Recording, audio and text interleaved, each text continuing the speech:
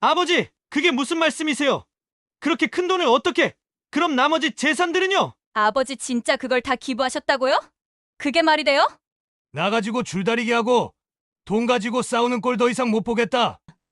내가 돈 없는 늙은이라도 너희들 나를 살갑게 챙길 수 있어? 내 엄마 저 세상 가고 얼마나 됐다고 그러는 거냐? 내가 살아있는데 벌써 재산 나누느라 바빴더구나. 아니, 나 진짜 너희들 줄 돈 한 푼도 없다. 애쓰지 마라. 안녕하세요. 올해 80세 이만수입니다. 저는 아내가 먼저 2년 전에 세상을 떠나고 평생 하던 과일 장사도 접은 지 1년이 넘었습니다. 슬아의 아들, 딸 둘을 뒀는데 우리 부부는 최선을 다해 자식들만큼은 우리 같은 장사하며 살지 말고 편히 살라고 고등교육은 다 시켰습니다. 장사를 접은 후 요즘도 새벽녘 습관처럼 눈이 떠졌습니다. 평생 과일 장사를 하며 새벽에 시장에 나가던 습관이 몸에 배어 은퇴한 지금도 어김없이 새벽 4시면 눈이 떠집니다. 예전에는 아내가 따뜻한 누룽지를 끓여주곤 했는데 이제는 혼자 찬 밥에 김치 한 조각으로 아침을 때웁니다. 창밖으로 보이는 동네는 조용합니다. 예전에는 이 시간이면 새벽일 나가는 사람들로 분주한 발걸음 소리가 들렸는데 지금은 그저 고요할 뿐입니다. 거실 벽에 걸린 아이들 사진을 바라봅니다. 딸 명희는 회계사로 일하고 아들 명수는 사업을 합니다. 평생 좌판으로 시작해서 그 큰 가게를 장만하고 과일을 팔면서도 자식들만큼은 본인들이 원하는 교육시켜 편히 살게 하겠다는 약속을 지켰습니다.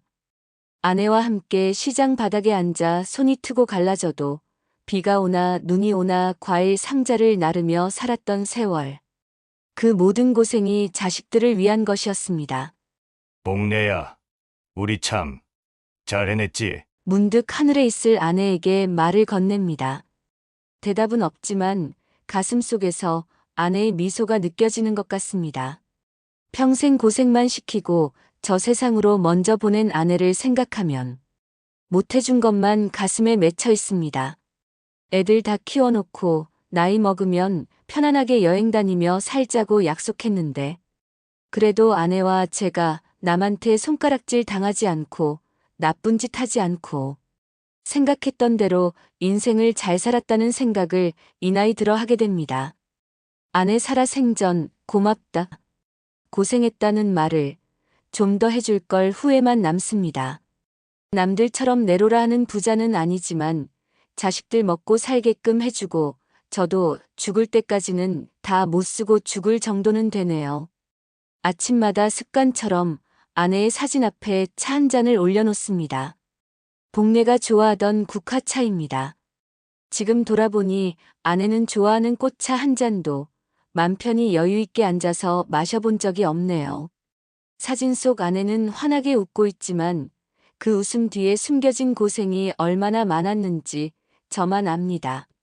시장에서 과일 장사할 때 더위도 많이 타던 사람이 한여름 땡볕에 앉아 땀을 뻘뻘 흘리며 일하던 모습. 겨울에는 손발이 꽁꽁 얼어붙어 동상을 달고 살았어도 웃으며 손님들을 맞이하던 모습이 아직도 생생합니다. 복내야, 왜 그때 고맙다는 말을 더 많이 하지 못했을까? 아내는 평생 단 한 번도 힘들다고 말하지 않았습니다. 자식들 교육비에 쓰고 집장만 하느라 새 옷 한 벌 제대로 못해 입었는데도 늘 우리 애들만 잘 되면 된다며 웃었지요. 창밖으로 보이는 마당의 감나무는 아내가 심은 것입니다. 해마다 가을이면 탐스러운 감을 주렁주렁 맺는 그 나무를 보며 아내를 생각합니다. 거실 서랍을 열어 통장을 꺼내봅니다. 과일 장사하면서 모은 돈과 저축, 노후연금, 그리고 보험까지 있습니다. 남들처럼 크게 부자는 아니지만 평생 정직하게 일해서 모은 돈입니다. 자식들 각자 집 한 채씩 살 수 있게 도와주고도 제 노후를 위한 돈이 넉넉하게 남아있는 것이 감사할 따름입니다. 우리 고생 많았지만 정직하게 살았다 복내야. 자식들도 잘 키웠고 이제 나도 곧 내 곁으로 갈 테니 좀만 기다려. 그런데 요즘 들어 자식들이 돌아가면서 전화를 자주 하네요. 아들 명수, 딸 명희. 엄마 없이 혼자 있는 저를 끔찍히 챙기며 서로 자기 집에 와서 함께 살자고 합니다. 하지만 저는 며느리 사위 눈치 보이고 불편해서 혼자 지내는 게 편합니다. 그래서 거절도 여러 번 했습니다. 또 전화벨이 울리네요. 아들 명수였어요. 아버지, 식사는 하셨어요? 혼자 외롭게 계시지 말고 저희와 함께 사세요. 또 그 소리였습니다. 그래, 잘 먹고 있다. 걱정 말아라. 아버지, 냉장고에 반찬 있어요? 다 있어. 명희가 지난주에 반찬 해다 주고 갔잖니. 전화기 너머로 아들의 한숨 소리가 들립니다. 그들의 걱정하는 마음은 이해하지만 자식들 집에 같이 살기는 싫습니다. 평생 내 집에서 자유롭게 살던 사람이 몸이 불편한 것도 아니고 이제 와서 자식 집에 얹혀 산다는 건 너무 불편할 것 같았습니다. 아버지, 내일 제가 모시러 갈게요. 우리 집에 오셔서 며칠 계시다가 괜찮다니까. 나 혼자 있는 게 편해. 내 처도 있고 애들도 있는데 내가 가면 불편하지. 어머니 돌아가시고 아버지 혼자 계신 게 저희 마음이 아파요. 제발 저희랑 같이 지내세요.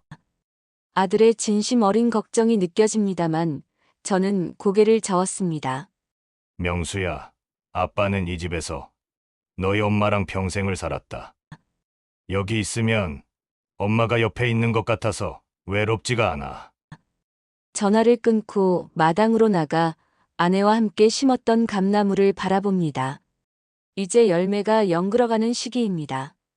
자식들이 걱정하는 마음은 고맙지만 이 집을 떠나는 건 제게는 아내와의 마지막 연결고리를 끊는 것과 같습니다. 30년 넘게 살아온 이 집 구석구석에 아내의 손길이 남아 있습니다. 아침마다 아내가 앉던 자리에 앉아 밥을 먹고 아내가 심은 꽃에 물을 주며 살아갑니다. 자식들은 이해하지 못할 겁니다. 그들에게는 물질적인 풍요와 편안함이 중요하겠지만 제게는 아내의 기억이 담긴 이 집이 더 소중합니다. 혼자라도 이곳에서 아내와의 추억을 간직하며 살고 싶습니다. 따뜻한 방바닥에 앉아 텔레비전을 보는데 또 전화가 울렸습니다. 딸에게서 전화가 오네요. 아버지, 식사는요? 내일 잠깐 들릴게요. 하더니 아들과 딸이 함께 왔어요. 아버지, 잘하는 유명한 집에서 사왔어요. 설렁탕을 한 그릇 사왔습니다. 다음부터는 이런 거 사오지 마라. 내가 먹고 싶은 건 어느 정도다 만들어 먹는데 뭐하러. 동네에서도 나눠주고. 아버지, 혼자 이렇게 계시지 말고 저희 집에 가셔서 며칠만이라도 계세요. 이제 날씨도 추워지는데 어쩌시려고요? 날씨야 춥지. 그래도 나 혼자 있는 게 편해. 아니야. 오빠네는 올케 언니 눈치 보이니까 우리 집으로 가요. 우리 집이 편하지. 무슨 소리야? 너네 집은 박서방도 있잖아. 그래도 아들 며느리 집이지. 아버지, 그래도 내가 장남인데 우리 집으로 가시는 게 맞잖아요. 오빠는 그런 게 어딨어? 그래도 딸 집이 편하시지. 아버지, 이번 주말에 저희 집에 와 계세요. 사위도 아버지 보고 싶어 해요. 괜찮다. 나는 여기가 편해. 혼자 계시면 위험해요. 이제 날씨도 추워지는데 아프기라도 하면 어떡해요? 자식들에게 걱정을 너무 시키나 생각이 들었지만 자식들 집에 가면 방 하나 차지하고 화장실 가는 것도 물 한 잔 마시는 것도 눈치 보이게 됩니다. 명희야, 아버지는 아직 건강해. 밥도 잘 해먹고 동네 친구들도 있고. 그래도 아버지 제발요. 한숨이 나옵니다. 그들의 진심 어린 걱정을 계속 거절하는 것도 쉽지 않습니다. 그래. 그럼 주말에 하루만 가볼게. 창밖으로 눈이 내리기 시작했습니다. 겨울이 오고 있었어요. 이번 겨울은 아내 없이 보내는 두 번째 겨울입니다. 첫 번째 겨울은 정말 외롭고 힘들었지만 이제는 조금씩 적응해 가고 있습니다. 며칠만 가서 보고 올게. 복례야, 올해는 안 있을 거야. 애들이 저렇게 내 걱정인데. 우리 참 자식들 잘 키웠지. 하도 자식들이 돌아가면서 성화를 부려 마지못해. 그럼 며칠만 지내다 와야겠다는 생각에 아들네로 향했습니다. 그동안 아들네를 몇 번 다녀갔지만 아파트 15층은 평생 2층 주택에서만 살던 저에겐 높은 곳도 낯설었어요. 엘리베이터를 타면 어지럽고 창문 밖을 내다보면 현기증이 났습니다. 아버지, 이제 여기서 편하게 지내세요. 아들 명수가 반갑게 맞이했습니다. 며느리 영희도 밝게 웃으며 인사했습니다. 아버님, 방 준비해놨어요. 편하게 쉬세요. 손자들은 학교에 가고 없었습니다. 집에는 저와 며느리만 남았습니다. 금요일이라 명수는 회사에 출근했거든요. 아들네는 며느리가 전업주부라 첫날은 종일 며느리와 함께 있어야 하는 것이 참 부담스럽고 불편했습니다. 아버님, 점심 뭐 드시고 싶으세요? 아니, 아무거나 괜찮다. 신경 쓰지 마라. 며느리는 부지런히 움직이며 집안일을 했습니다.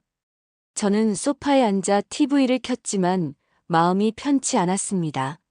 며느리가 집안일하는데 혼자 TV만 보고 있자니 눈치가 보였습니다. 준성의 미야, 내가 뭐 도와줄 일 없니? 아니에요. 아버님 그냥 편하게 계세요. 시간이 더디게 흘렀습니다. 집에서는 하루 종일 할 일이 많았는데 여기선 그저 앉아 있는 것밖에 할 수 없었습니다. 점심때가 되자 며느리가 상을 차렸습니다. 아버님, 식사하세요. 상 앞에 앉았지만 입맛이 없었습니다. 며느리의 정성스런 음식이지만 내 집에서 먹던 김치 한 가지의 찬밥과는 달랐습니다. 잘 먹었다. 저녁 때 아들이 돌아오고 손자들도 학교에서 돌아왔습니다. 집안이 시끌벅적해졌지만 그 속에서도 저는 외로움을 느꼈습니다. 가족 속에 있으면서도 어딘가 겉도는 느낌이었습니다. 할아버지, 언제까지 계실 거예요? 큰 손자가 물었습니다. 며칠만 있다가 갈 거야. 아들이 눈짓으로 손자를 나무랐습니다. 왜 그런 말을 해? 할아버지 오래 계시면 좋지. 밤이 되고 자기 위해 방에 들어갔습니다. 깨끗하고 따뜻한 방이었지만 낯설었습니다. 창문 밖으로 보이는 도시의 불빛들이 어색했습니다. 베개를 베고 누웠지만 잠이 오지 않았습니다. 복내야, 나 괜히 왔나 보다. 집에 가고 싶다. 그렇게 이틀째가 되던 날 초인종 소리가 울리더니 안사돈이 지방에서 올라오셨습니다. 당황한 저는 간단히 인사하고 방으로 들어갔지만 식사 시간에는 안사돈과 함께 식사를 해야 하는 상황이 여간 불편한 게 아니었습니다. 안사돈도 잠을 자고 가야 하는 상황이라 집에 갈까 어쩔까 저는 좌불안석이었습니다. 저는 방 안에서 시간을 보내며 문 밖에서 들려오는 이야기 소리에 귀를 기울였습니다. 옛날에 시장에서 과일 장사할 때도 이렇게 불편한 적은 없었습니다. 비가 오나 눈이 오나 좌판에 앉아있던 그 시간이 오히려 편안했던 것 같습니다. 식사 시간이 다가오자 며느리가 조심스레 문을 두드렸습니다. 아버님, 식사하세요. 식탁에는 아들, 며느리, 안사돈, 그리고 저, 네 사람이 앉았습니다. 식사 내내 안사돈과 아들, 며느리는 서로 이야기를 나누었습니다. 저는 그저 묵묵히 밥을 먹었습니다. 대화에 끼고 싶지도 않았고 어떻게 끼어야 할지도 몰랐습니다. 사돈 어른은 요즘 어떻게 지내세요? 안사돈이 물었습니다. 그냥 집에서 지냅니다. 혼자 계시면 많이 외로우시죠? 대답하기 불편했습니다. 괜찮습니다. 식사를 마치고 방으로 돌아왔습니다. 방문을 닫고 깊은 한숨을 내쉬었습니다. 이런 불편함을 언제까지 견뎌야 할지 걱정이 되었습니다.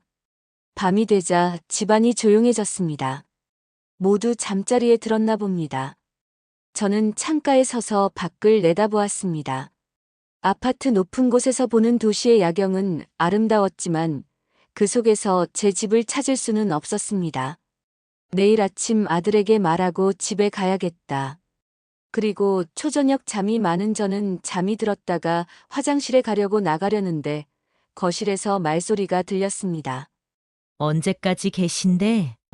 글쎄, 잘 모르겠는데. 사돈과 며느리의 목소리였습니다.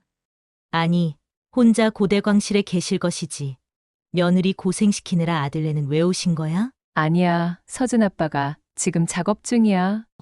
시아버님 알부자거든. 그 돈 물려받겠다고. 신우이도 호시탐탐 노리고 있어서 우리가 선수 친 거야. 나이가 80이면 아프거나 하면 어쩌려고 함부로 오시라고 한 거야? 가만히 있다가 돌아가시면 상속받으면 되지. 신우이보다 우리가 다 증여받으려고 그러는 거지. 나눌 거였으면 뭐하러 이 고생을 해? 그리고 아프면 무슨 걱정이야. 아버님 돈도 많은데. 요양원이나 요양병원 보낼 곳이 얼마나 많은데 걱정 마. 엄마는 굿이나 보고 떡이나 드셔. 딱 기다려. 엄마한테 효도하고 해외여행 물리도록 보내줄게. 저는 그만 충격에 앞이 제대로 보이지 않았습니다. 가슴이 철렁 내려앉았고 숨이 막히는 듯 했습니다. 방문 뒤에 서서 더 이상 앞으로 나아갈 수 없었습니다. 내가 지금 무슨 말을 들은 건가? 아들과 며느리가 내 재산을 노리고 다리에 힘이 풀려 슬그머니 방으로 돌아왔습니다. 방문을 닫고 침대에 앉았지만 머릿속은 복잡했습니다. 평생 장사하며 모은 돈, 아내와 함께 일구어온 집, 그것이 자식들에게는 그저 물려받을 재산일 뿐이었습니까? 복례야. 속삭이듯 아내의 이름을 불렀습니다. 눈물이 왈칵 쏟아질 것 같았지만 억지로 참았습니다. 생각해보니 최근 아들과 딸이 번갈아 전화하고 찾아오고 서로 데려가려 했던 이유가 이것이었습니까? 진심으로 저를 걱정해서가 아니라 제 재산을 차지하기 위해서였던 걸까요? 밤새 잠을 이루지 못했습니다. 평생 자식들 뒷바라지하며 살아온 세월이 주마등처럼 지나갔습니다. 시장에서 추위와 더위를 견디며 과일 팔던 날들, 숱한 무시와 멸시를 참아냈던 날들, 먹고 싶고 입고 싶고 하고 싶은 것들을 다 뒤로 미루기만 했던 날들이 그 모든 것이 자식들 잘 되라고 한 일이었는데 내 자식들은 나를 돈으로만 보는구나. 새벽이 밝아오자 더 이상 여기 있을 수 없었습니다. 조용히 짐을 챙겼습니다. 아직 모두 자고 있을 이른 시간, 누구에게도 말하지 않고 현관문을 열었습니다. 아버님, 어디 가세요? 뒤에서 며느리의 목소리가 들렸습니다. 뒤돌아보고 싶지 않았지만 집에 갈란다. 아직 아침도 안 드시고요. 명수 씨도 곧 일어날 텐데. 괜찮아. 며칠 동안 내가 고생 많았다. 더 이상의 말 없이 아파트를 나섰습니다. 밖은 차가운 새벽 공기가 가득했습니다. 택시를 잡아 제 집 주소를 말했습니다. 택시가 움직이기 시작하자 창밖으로 보이는 도시의 모습이 낯설게 느껴졌습니다. 현관문을 열고 들어서니 아내의 향기가 느껴지는 듯 안도감이 들었어요. 전화벨이 울렸습니다. 아들이었습니다. 아버지, 왜 이렇게 갑자기 가셨어요? 집에 들어왔다. 이제 내 걱정 말아라. 전화를 끊고 나니 머리가 어지러웠습니다. 몸을 지탱하기 위해 벽을 짚었지만 다리에 힘이 풀려 주저앉고 말았습니다. 방 안에서 침대 모서리에 걸터 앉아 한참을 그대로 있었습니다. 세상이 무너지는 느낌이었습니다. 평생 장사하며 등 굽어지도록 일했던 건 모두 자식들의 미래를 위해서였는데 그 자식들에게 저는 그저 상속을 남길 사람일 뿐이었습니까? 복례야. 우리가 자식들을 잘못 키웠나 보다. 평생 뭘 위해 살았는지 이제는 진짜 모르겠다. 아내 사진 앞에 앉아 오랫동안 말없이 바라보았습니다. 아내라면 뭐라고 했을까요? 아마도 자식이 우선이라고 했겠지만 이제는 제 삶을 스스로 지켜야 할 때였습니다. 복례야. 우리 함께 해온 세월이 헛되지 않게 내 마지막 선택은 내가 하려 해. 그렇게 넋놓고 앉아 있는데 전화벨이 요란하게 울렸습니다. 딸이었어요. 아버지, 왜 오빠네서 그냥 가셨어요? 불편하셨어요? 아니다. 잘 다녀왔어. 그럼 이번에는 저희 집에 오세요. 왜 오빠네만 가시고 우리 집에는 안 오시는 건데요? 아니다. 그냥 좀 쉬어야겠다. 그럼 내일 저희 클래식 공연 가려고 하는데 거기라도 같이 가세요. 그래, 알았다. 딸의 말은 평소와 다름없이 다정했지만 이제는 그 말 속에 숨겨진 의도가 느껴지는 것 같았습니다. 자식들의 전화가 정말 저를 위한 것인지 아니면 그들이 말했던 상속을 위한 것인지 구분할 수 없었습니다. 아마 저는 믿고 싶지 않았을지도 모릅니다. 마당으로 나가 감나무 아래 평상에 앉았습니다. 이 나무는 아내와 함께 심었던 것입니다. 처음에는 작은 묘목이었는데 이제는 집채만큼 크게 자라 매년 풍성한 열매로 보답하지만 내 자식들은 나무와는 다른가 봅니다. 똑같은 세월 정성으로 키웠는데 복내야, 내일 딸 레미가 클래식 공연에 가자는구나. 저렇게 원하는데 한번 가볼까? 평상에 앉아 마당을 바라보며 생각했습니다. 이제 제 남은 생애는 어떻게 살아야 할까요? 자식들을 위해 모든 것을 바치며 살아왔는데 이제는 제 자신을 위해 살아야 할 때인 것 같았습니다. 다음 날 저녁 택시를 타고 딸이 알려준 주소로 가는데 퇴근 시간이라 차는 꼼짝도 하지 못하고 공연 시간은 점점 다가왔어요. 그렇게 길에서 시간을 다 보내고 있는데 공연 시간이 다가오자 딸에게서 전화가 왔습니다.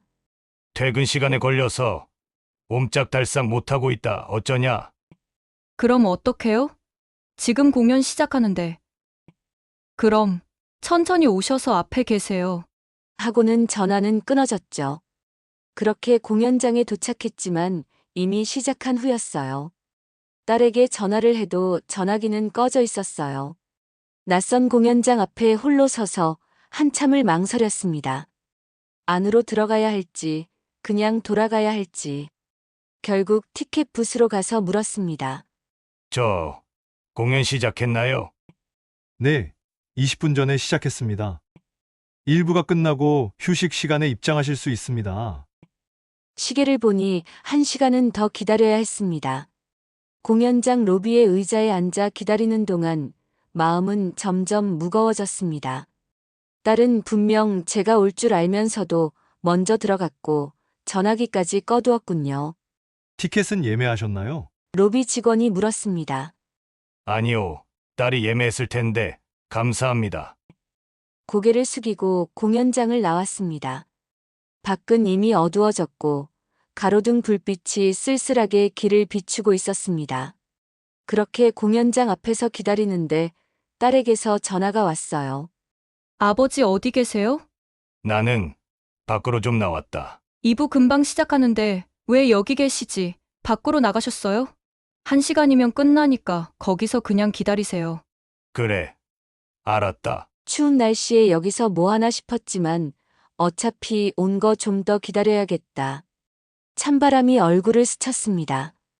벤치에 앉아 손을 호호 불며 몸을 녹였습니다. 예전에 시장에서 과일 장사할 때도 추운 겨울을 이렇게 견디곤 했었지요. 그때는 아내가 따뜻한 보온병에 차를 담아 가져다 주곤 했는데 이제는 그런 사람이 없었습니다. 너무 추워 건물 안으로 들어갔습니다. 딸 가족은 안에서 편안하게 공연을 즐기고 있겠지요. 며느리와 안사돈의 대화가 떠올랐습니다. 시누이도 호시탐탐 노리고 있어서 우리가 선수친 거야. 아마도 딸도 비슷한 생각이겠지요. 서로 제 관심을 끌어 재산을 더 많이 물려받으려는 경쟁을 하고 있는 것 같았습니다. 1시간이 지나고 공연이 끝났습니다. 사람들이 하나둘 공연장에서 나오기 시작했습니다. 딸을 찾아 두리번거리는데 마침 딸과 사위가 나타났습니다. 아버지, 왜 들어오지 않으셨어요? 밖에서 뭐하고 계셨어요? 그냥 산책했다. 간단히 대답했습니다. 추운데 식사하러 갈까요? 근처에 맛있는 집이 있어요. 딸의 표정은 다정해 보였지만 이제는 그 뒤에 의도가 보였습니다.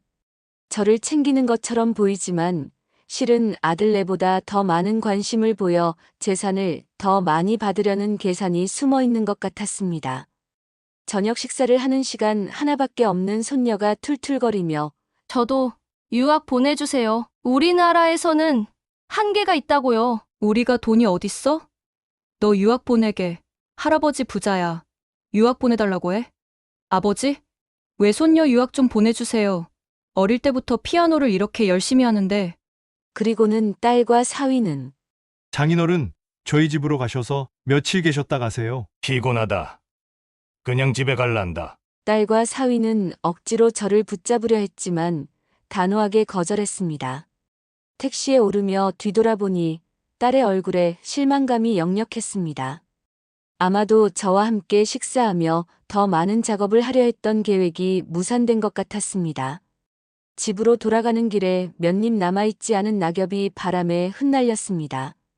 택시 창문 너머로 보이는 도시의 불빛들이 점점 흐릿하게 보였습니다. 눈물이 글썽거렸기 때문입니다. 기사님, 잠시 저기 공원에 세워주시겠어요? 택시가 공원 앞에 멈추자 내려서 벤치에 앉았습니다. 마음을 진정시키고 싶었습니다. 밤하늘에는 별이 총총 빛나고 있었습니다. 복내야, 우리 자식들이 이렇게 변했구나. 내가 있었다면 달랐을까? 한참을 생각하다가 일어났습니다. 이제 집으로 가야 할 시간이었습니다. 하지만 마음은 이미 어떤 결정을 내린 듯 했습니다. 더 이상 자식들의 가식적인 관심에 마음 아파하지 않기로 했습니다. 그리고 다음 날 여동생에게서 전화가 왔어요. 오빠, 어디 아파?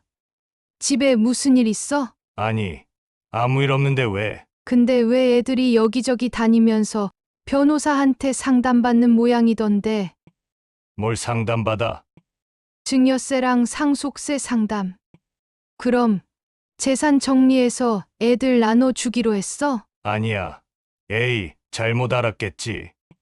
정주가 전화했더라고. 외삼촌 무슨 일 있으시냐고. 정주 사무실 옆에 친구 사무실인데 왔다 가는 것을 보고 물어봤더니 그러더래. 둘이서 같이 왔더라는데. 순간 숨이 멈추는 것 같았습니다. 아들과 딸이 변호사를 찾아가 증여세와 상속세 상담을 받았다니. 그것도 함께. 제가 아직 살아있는데 말입니다. 그런 일 없어. 말수가. 내가 언제 재산 정리한다고 했어? 그래.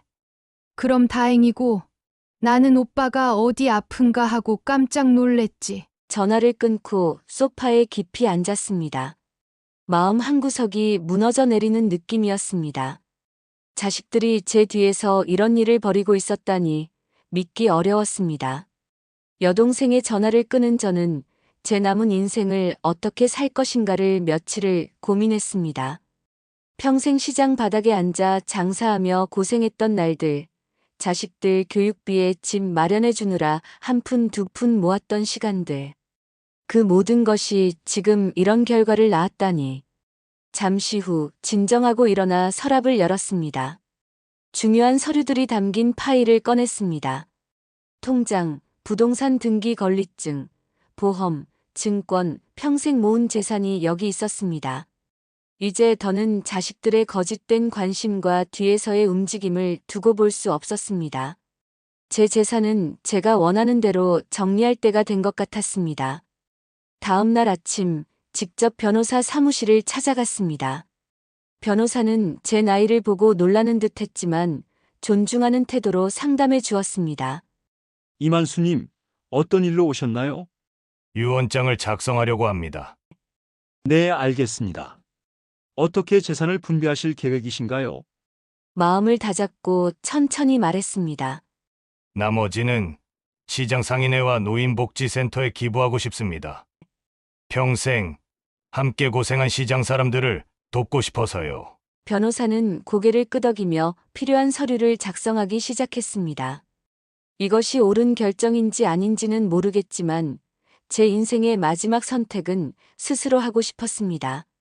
집으로 돌아오는 길 마음이 한결 가벼워졌습니다. 이제 자식들의 눈치를 볼 필요도, 가식적인 관심에 마음 아파할 필요도 없었습니다. 남은 인생은 제가 원하는 대로 평화롭게 살아갈 것입니다.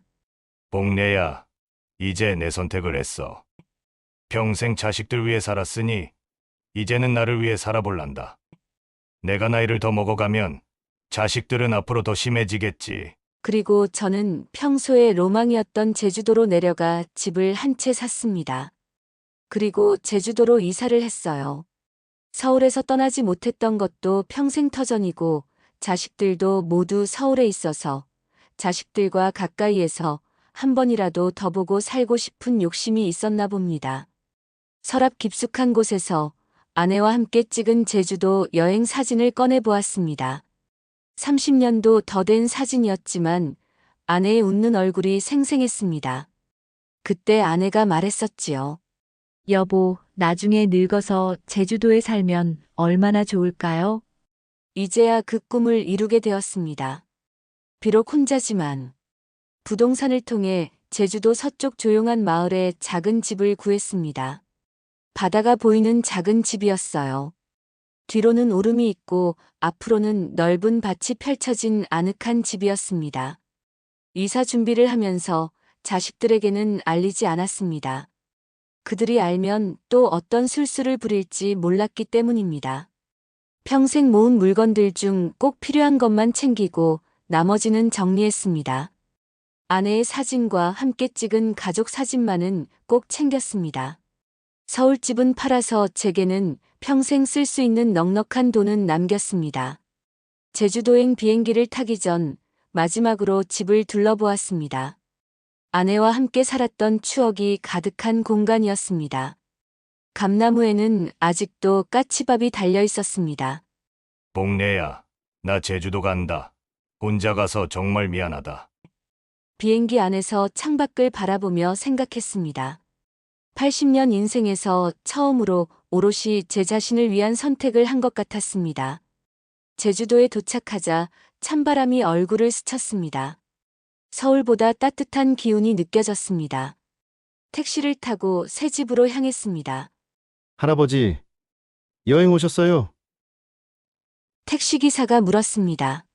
아니요, 이사 왔어요. 혼자요? 네. 이제 내 인생의 새로운 시작을 하러 왔어요. 택시기사는 백미러로 저를 흘끔 보더니 미소 지었습니다. 멋지십니다. 새 집에 짐을 풀고 마당에 있는 작은 돌 의자에 앉았습니다. 저 멀리 보이는 바다는 서쪽 하늘이 붉게 물들며 해가 지고 있었습니다. 복내야, 여기서 남은 인생 보내면 어떨까? 전화기를 꺼내보니 자식들에게서 온 부재중 전화가 여러 통 있었습니다. 아마도 제가 집에 없다는 것을 알게 되었나 봅니다. 하지만 지금은 전화를 걸고 싶지 않았습니다. 새로운 시작을 하고 싶었으니까요. 집 앞 텃밭에는 무엇을 심을지 생각하며 내일은 주변을 둘러보기로 했습니다. 제주에서의 새 생활, 어떤 모습일지 기대되었습니다. 이사하고 며칠 후 아이들이 찾아왔어요. 왜 제주도까지 오셨어요? 저희하고 가까이 사셔야 한 번이라도 더 만나죠. 아니, 됐다. 나는 이제부터 혼자 살란다. 제주도에서 해보고 싶었던 거 다 하면서 살 거야. 내 걱정은 이제 말아라. 그래도 그렇지. 집은 왜 파셨어요? 집 파신 돈은 어쩌셨고요? 내 집 내가 팔았는데 그 돈을 너희가 왜 궁금해? 한두 푼도 아니고 그 돈을 다 어쩌셨는데요? 자식들은 제게 떼인 돈 받으러 온 사람들처럼 굴었어요. 갑자기 찾아온 아들과 딸을 보며 놀란 마음을 감추려 애썼습니다. 어떻게 이렇게 빨리 제가 제주도로 왔다는 걸 알았는지, 그리고 집을 팔았다는 것까지 알아냈는지 의아했습니다. 아버지가 느닷없이 사라지셔서 얼마나 걱정했는지 아세요? 걱정은 무슨. 내가 여든인데 아직 정신 멀쩡하고 내 발로 걸어 다닌다. 내 마음대로 살 수 있지. 아들 명수의 눈빛이 날카로워졌습니다. 아버지, 그래도 말씀이라도 하고 가셨어야죠. 저희가 얼마나 찾았는지 아세요? 날 찾은 게 아니라 재산 찾은 거겠지. 속으로 생각했지만 입 밖으로 내지는 않았습니다. 아버지, 그냥 서울로 돌아가요. 이런 데서 혼자 어떻게 사세요? 딸 명희가 달래듯 말했습니다.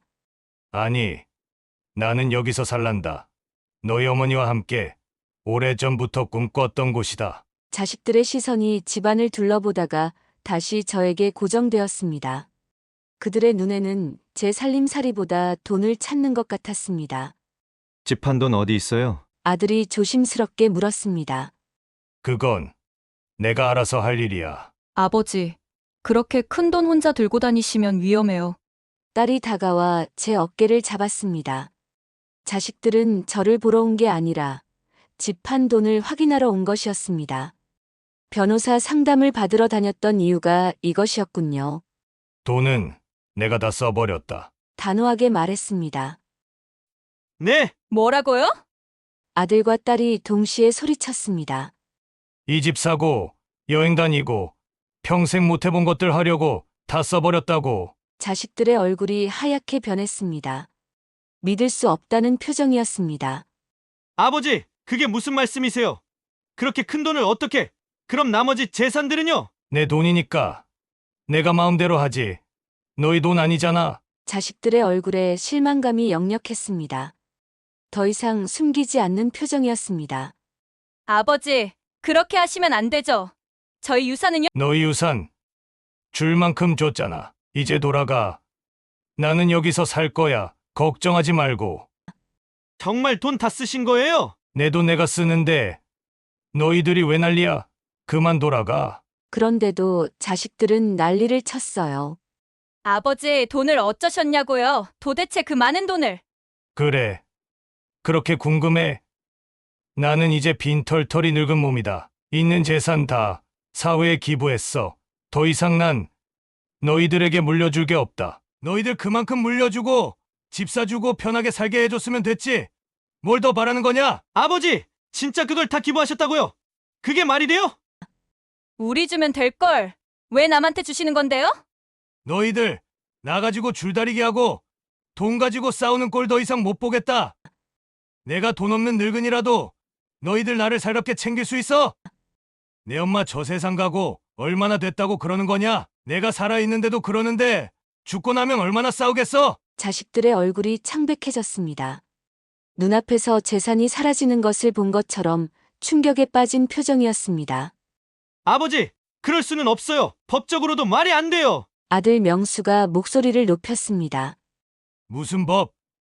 내 재산 내 마음대로 못한다는 법이 어디 있니? 그래도 자식인 우리한테 상의는 하셨어야죠.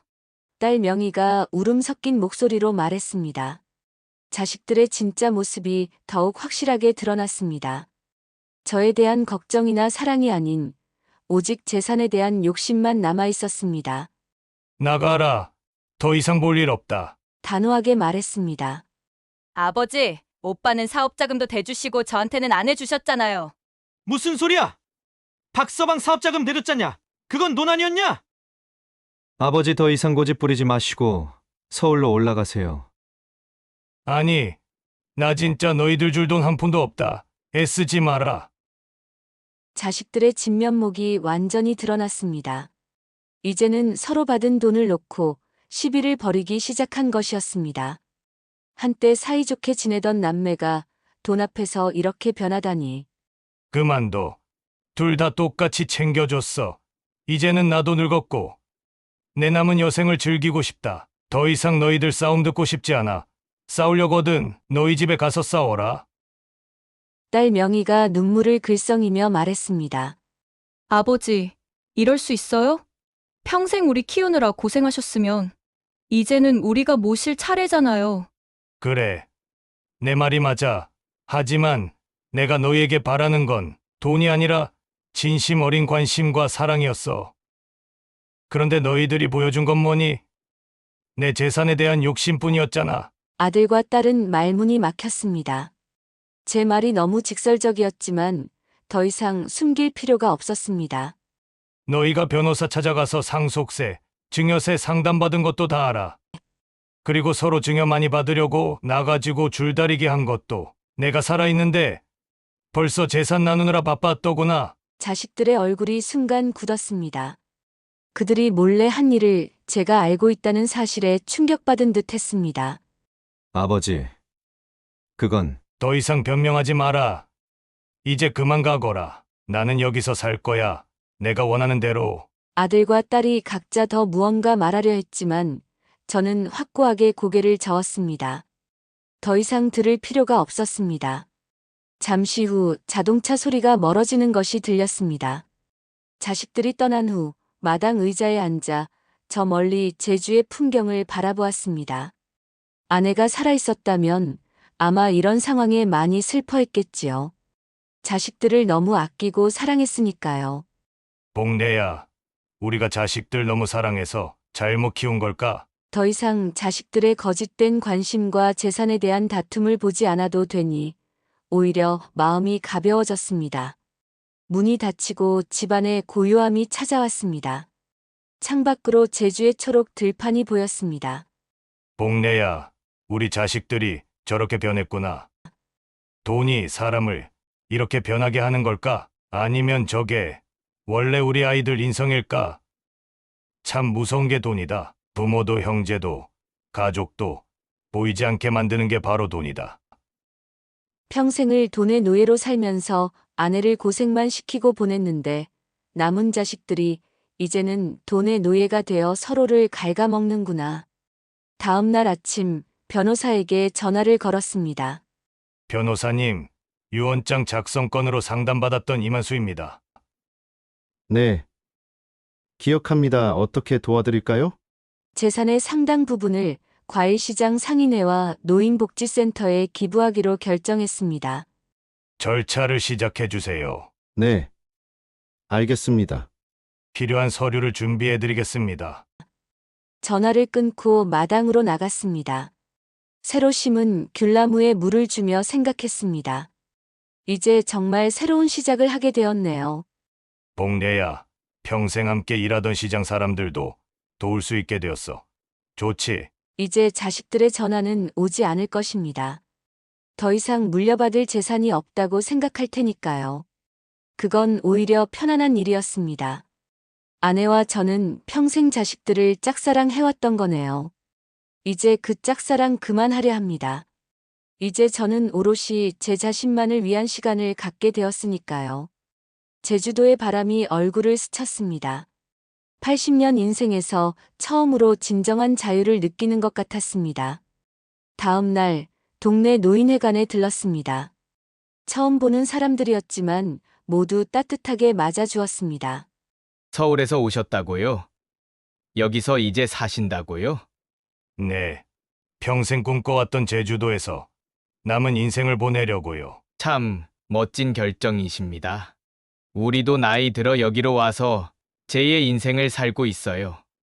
새로운 친구들과 이야기를 나누며 저는 이 선택이 옳았다고 확신했습니다.